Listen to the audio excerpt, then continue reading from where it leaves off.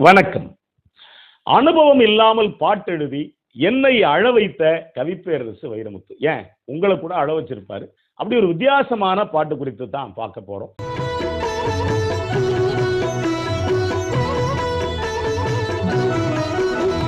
அனுபவம் அப்படிங்கிறது ஒவ்வொரு மனிதனுக்கும் ரொம்ப ரொம்ப முக்கியமானது. அதாவது மற்ற எந்த விஷயம் சொல்லாத, ஒரு புத்தகம் சொல்லாதத அனுபவம் சொல்லும் அப்படின்னு சொல்லுவாங்க. அதனாலதான் அனுபவம் மிகச்சிறந்த ஆசான் அப்படின்னு சொல்லுவாங்க. அப்படி அனுபவம் இல்லாம ஒரு பாட்டு எழுதி என்ன மட்டும் இல்ல, உங்களையும் அழ வச்சிருப்பாரு கவிப்பேரரசு வைரமுத்து. என்ன பாட்டு, என்ன படம், இந்த பாட்டுக்கு என்ன சிறப்பு, எல்லாத்தையும் சேர்த்து இந்த தொகுப்புக்குள்ள பார்க்கலாம். 1987 ஏசி திருலோகச்சந்தருடைய இயக்கத்துல வெளிவந்த திரைப்படம் அன்புள்ள அப்பா. இந்த படத்துக்கு இசை சங்கர் கணேஷ். இந்த படத்துல நடிகர்களும் சிவாஜி கணேசன், நதியா, ரகுமான் மற்றும் பலர் நடிச்சிருப்பாங்க. இந்த படத்துல எல்லா பாட்டையுமே கவிப்பேரரசு வைரமுத்து எழுதியிருப்பார். இது அப்பாவுக்கும் மகளுக்குமான பாசத்தை முழுசா சொல்லக்கூடிய திரைப்படம். இதுல வரக்கூடிய மரகதவல்லிக்கு மணக்கோலம், என் மங்கள செல்விக்கு மலர்கோலம், மரகதவல்லிக்கு மணக்கோலம், என் மங்கள செல்விக்கு மலர்கோலம் அப்படிங்கிற இந்த பாட்டு குறித்து தான் பார்க்க போறோம். இந்த பாட்டுக்கான சூழல் என்ன அப்படின்னா, மகளுக்கு திருமணம். அந்த நேரத்துல ஒரு தகப்பனுடைய மனநிலை எப்படி இருக்கும் அப்படிங்கிறத முழுக்க முழுக்க அச்சு அசலா 4 மிகப்பெரிய கலைஞர்கள், 4 மிகப்பெரிய மேதைகள் சொன்னது.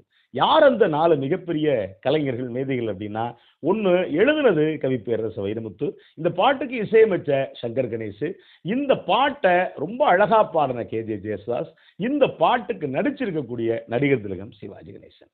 அதுலயும் குறிப்பா மகளுக்கு திருமணம் அப்படின்னு வச்சுங்களேன், அந்த நேரத்துல தகப்பனுக்கு இன்பம் துன்பம் 2 கலந்தே இருக்கும். அது எப்படிங்க இன்பம் துன்பம் 2 கலந்தே இருக்கு அப்படின்னா, மகளுக்கு திருமணமாகி அவ இன்னொரு உலகத்தை எற்றா, இன்னொரு இடத்துக்கு போறா அப்படிங்கிற ஒரு மகிழ்ச்சி தகப்பனுக்கு இருக்கும். அதே நேரத்துல என்ன அப்படின்னா, மக தன்னை விட்டு போறாளே, இனிமேலுக்கு நான் மகளை நினைச்ச நேரத்துல பார்க்க முடியுமா அப்படிங்கிற இந்த ஏக்கம், பரிதவிப்பு எல்லாமே தகப்பனுக்கு இருக்கும். அதுலயும் குறிப்பா தாயை விட தகப்பனுக்கு மக மேல கொள்ள பிரியம் இருக்குன்னு வச்சுக்கோங்களேன். அந்த காலகட்டத்துல ஒரு தகப்பன் என்னென்ன உணர்வுகளை வெளிப்படுத்துவாங்கிறத ரொம்ப ரொம்ப அழகா சொல்லக்கூடிய பாட்டு. அதுல இந்த பாட்டுக்குள்ள சங்கர் கணேஷ் பண்ணியிருக்க விஷயம் இருக்குல்ல, இந்த பாட்டு முழுசா கேட்கிறப்ப தான் தமிழ் திரையுலகம் சங்கர் கணேச முறையா பயன்படுத்தலையோ அப்படிங்கிற ஒரு சந்தேகத்தை நமக்குள்ள கிளப்புது. அப்படி என்ன இந்த பாட்டுக்குள்ள இருக்கு அப்படிங்கிற கணக்கு இருக்குல்ல. இந்த பாட்டுக்குள்ள நீங்க இந்த பாட்டுக்கு முழுசா கேட்டிருப்பீங்க. கேட்காதவங்க இந்த பாட்டை கேளுங்க. இந்த பாட்டுக்குள்ள 2வது இடை இசை வரும். இடை இசையில இப்போ அந்த காட்சி தான் திருமணத்துக்கான காட்சி. அப்ப தவில் நாதஸ்வரம் இது முடிஞ்சு அடுத்து ஒரு நாதஸ்வர பீஸ் போட்டிருப்பாங்க. இந்த நாதஸ்வர பீஸ் நீங்க நல்லா கவனிச்சு பார்த்தீங்கன்னா என்னென்ன சொல்லும் அப்படின்னா, ஒரு தகப்பனுடைய அந்த பரிதவிப்பு, ஏக்கம், இன்னொன்னு கூடுதலா மகளுக்கு திருமணம் ஆகுது அப்படிங்கிறது மகிழ்ச்சி எல்லாத்தையும் கலந்து சொல்லக்கூடியதா இந்த இடத்த ரொம்ப அழகா பண்ணிருப்பாங்க.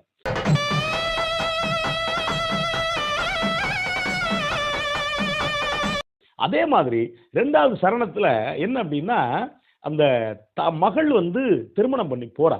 அப்போ ஒரு உறவு வருது, மருமகன் அப்படிங்கிற ஒரு உறவு மகள் அப்படிங்கிற ஒரு உறவை கன நேரத்துல கூட்டிட்டு போயிருது. இது நான் சொல்லல, கவிஞர்கிட்ட பேசிக்கிறதுக்கு சொன்னார். இந்த 2 இடத்து இருக்குல்ல, அதுல மகள் வீட்டுக்கு விட்டு திரும்பி போறா, கணவர் வீட்டுக்கு போறாங்கிற இடத்துல இசையில, அதாவது தாளத்துல ஒரு அமைதி விட்டுருப்பாங்க. ரொம்ப நுணுக்கமா இந்த பாட்டை அவங்க பண்ணியிருப்பாங்க.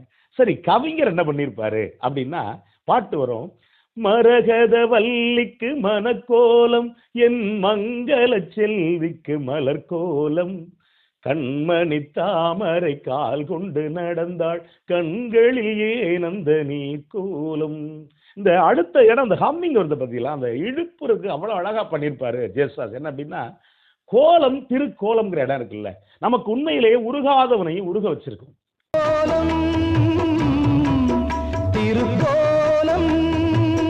ஜேசுதாஸ் குறித்து கவிஞர்கிட்ட பேசுறப்ப கவிஞர் என்ன சொன்னார் அப்படின்னா, ஜேசுதாஸுடைய குரல் இருக்க காதலை விட இன்னும் ஏக்கத்துக்கு கூடுதலா பலம் சேர்க்கும். அந்த மனுஷனுடைய குரல் அவ்வளவு அழகான குரல் அப்படின்னு சொன்னார்.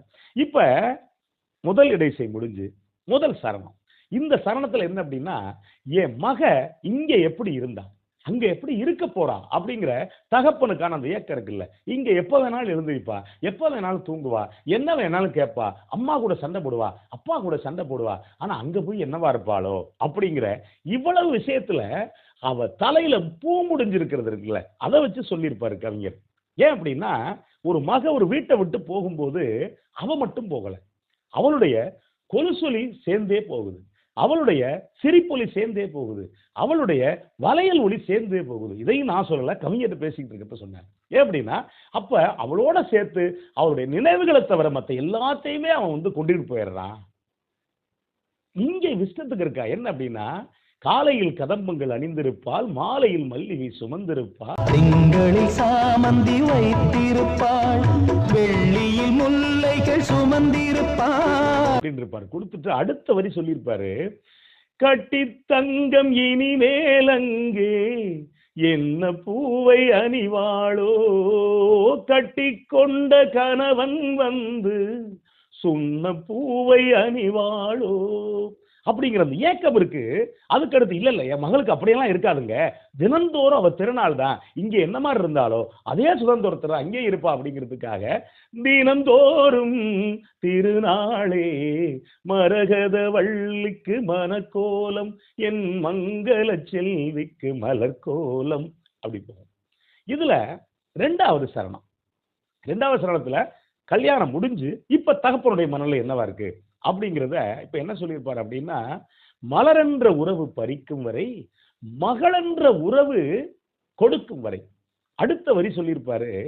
இந்த வரியில தான் நீங்க ஒரு பெரிய கலைஞன், மகா கலைஞன் எப்படி நடிச்சிருப்பான் அந்த மனுஷன் அப்படிங்கறத நீங்க காட்சியில கவனிச்சு பாத்தீங்கன்னா என்ன அப்படின்னா, உறவொன்று வருவதில் மகிழ்ந்து விட்டேன், உறவொன்று பிரிவதில் அழுது விட்டேன். இந்த இடம் இருக்குல்ல, உறவொன்று வருவதில் மகிழ்ந்து விட்டேன். நடிகர் திலகம் சிவாஜி கணேசனுடைய அந்த முகம் இருக்கு பாத்தீங்களா, அந்த மகிழ்ச்சியை முழுசா காட்டும். ஆனா ஒரு வரிக்கல அந்த மனுஷன் எப்படி மாத்திருப்பாருன்னு தெரியலங்க. அடுத்த வரிக்கல மகள் பிரிய போறாங்க பரிதவிப்ப அந்த முகத்துல அவ்வளவு அழகா காட்டியிருப்பாரு. உறவொன்று வருவதில் மகிழ்ந்து விட்டேன், உறவொன்று பிரிவதில் அழுது விட்டேன். கவிஞர் சொன்னது என்ன அப்படின்னா, இந்த பாட்டு பதிவாகிறப்ப, அதாவது இந்த பாடல் படமாகிறப்ப நான் இருந்தேன். அப்ப நடிகர் சிவாஜி கணேசன் என்ன சொன்னார் அப்படின்னா, அவருடைய ஏற்கனவே ஒரு பாட்டு இருக்குல்ல, நதியில் விளையாடி கொடியில் தலை சீவி நடந்த இளம் தென்றலே மலர்ந்தும் மலராத பாதி மலர் போல, அந்த பாட்டுக்கு அடுத்து கூடுதலா பாசத்தை சொல்லக்கூடிய பாட்டா இந்த பாட்டு இருக்கும் அப்படின்னு நான் நம்புறேன் அப்படின்னு ரொம்ப ரசிச்சு இந்த படத்தை பண்ணியிருக்காரு நடிகர் சிவாஜி கணேசன். அதுக்கடுத்து என்ன அளவச்ச வரி அப்படின்னு இருக்குல்ல, அந்த வரி என்ன அப்படின்னா, எந்தன் வீட்டு கன்று இன்று எட்டி எட்டி போகிறது, கண்ணின் ஓரம் கண்ணீர் வந்து எட்டி எட்டி பார்க்கிறது, இமைகள் அதை மறைக்கிறது. இந்த இடம் நீங்க கவனிச்சு பாருங்க, உருகாதவன் கூட படக்குன்னு உருகும். ஏன் அப்படின்னா, மக எட்டி எட்டி போறா, நினைச்சாலும் ஒண்ணும் முடியாது. அப்ப என்ன பண்ணுது அப்படின்னா, வழி சொல்ல முடியல, கண்ணுல முட்டி முட்டி வருது, எட்டி எட்டி கண்ணீர் பார்க்கிறது. ஆனா இமைகள் மறைச்சுக்கிட்டு அந்த விழிப்படலாம் அறகுறையா தெரியுது அப்படிங்கிறத ரொம்ப அழகா கவிஞர் முடிச்சிருப்பார். இந்த வரியை நீங்க முதல் தடவை கேட்கும் போது உங்களுக்குள்ள ஒரு மிகப்பெரிய சிலிர்ப்பை ஏற்படுத்தக்கூடியது இந்த பாட்டு. சரி, இந்த பாட்டுக்குள்ள கவிஞர் அனுபவம் இல்லாம என்ன சொன்னாரு அப்படிங்கிற கணக்கு இருக்குல்ல, என்ன சொல்லியிருப்பார் அப்படின்னா, அவருக்கு பொம்பளை பிள்ளை கிடையாது, 2 பேருமே ஆண்கள். ஆம்பளை பிள்ளையை பெற்றுட்டு ஒரு கவிஞன் எப்படி இவ்வளவு உள்ளார்ந்து, அதுல எனக்கு சிலிர்ப்பான வரிகள், எந்தன் வீட்டு கன்று இன்று எட்டி எட்டி போகிறது, கண்ணின் ஓரம் கண்ணீர் வந்து எட்டி எட்டி பார்க்கிறது அப்படின்னு எழுத முடியும் அப்படின்னு கவிஞர்கிட்ட கேட்டேன். கவிஞர் என்ன சொன்னார் அப்படின்னா, மற்றவங்களுக்கு நடந்த விஷயத்தை சேர்த்து கற்பனையா யோசிச்சு எழுதுனேன் அப்படின்னு சொல்லி சொன்னார். ரொம்ப ரொம்ப அழகான பாட்டு. இந்த படம் ஓடலனா கூட இந்த பாட்டு முத்திரை பதிச்ச பாட்டு. இந்த பாட்டை இன்னொரு முறை கேட்டு பாருங்க. 4 கலைஞர்களுடைய மிகப்பெரிய 4 மேதைகளுடைய மிகப்பெரிய கூட்டு இந்த பாட்டு. கேட்டு பாருங்க. நன்றி, வணக்கம்.